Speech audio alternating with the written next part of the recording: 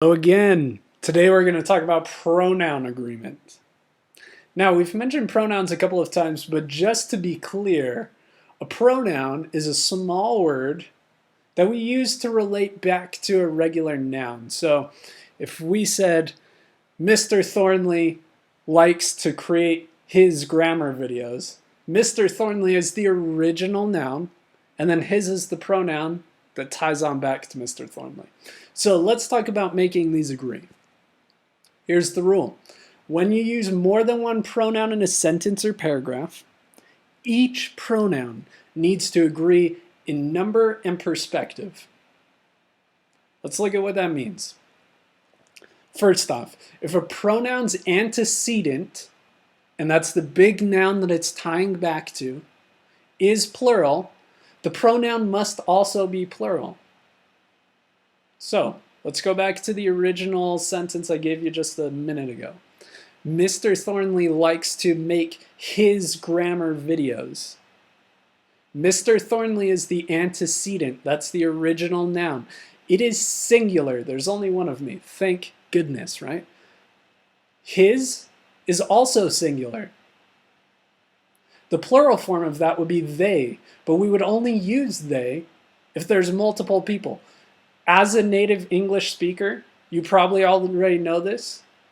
This gets a little bit trickier though if English is your second language. So if it is, please talk to me. I'll talk to you a little bit more about this. Here's the second half of the rule. Avoid switching perspective. So what I mean by that is don't change from first person to second person or from second person to third person. We'll look at some examples. Okay, check out this sentence. If a person wants to succeed in politics, they need to know the rules of the game. What's our error here? Can you find it?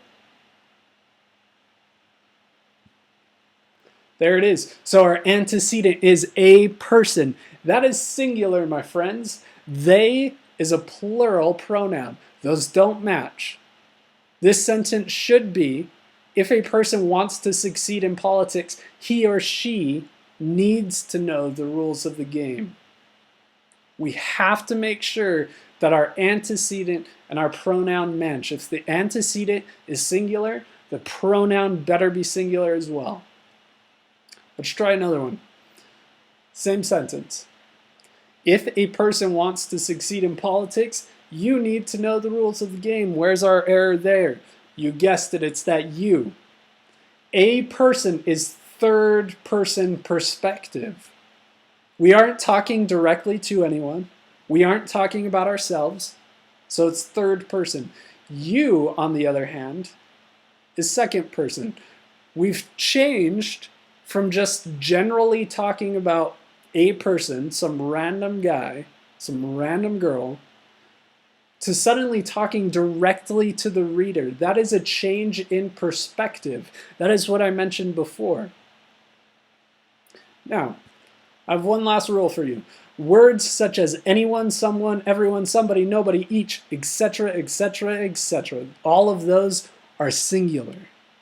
They must be used with singular pronouns. So let's look at these examples. Every student must study hard if he or she wants good grades. Now that seems kind of weird, right? Every makes it seem like there's more than one. But if we look at the actual noun, it's student, not students. And for that reason, we have to say he or she.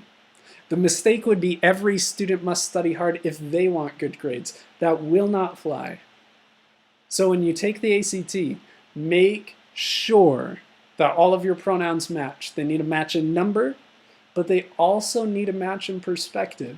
On the test, you'll get paragraphs or passages, and they'll ask you questions. Which pronoun should we use here? Which pronoun should we use here? In those cases, look back to the antecedent, and then just tie them together. Let me know if you have any questions.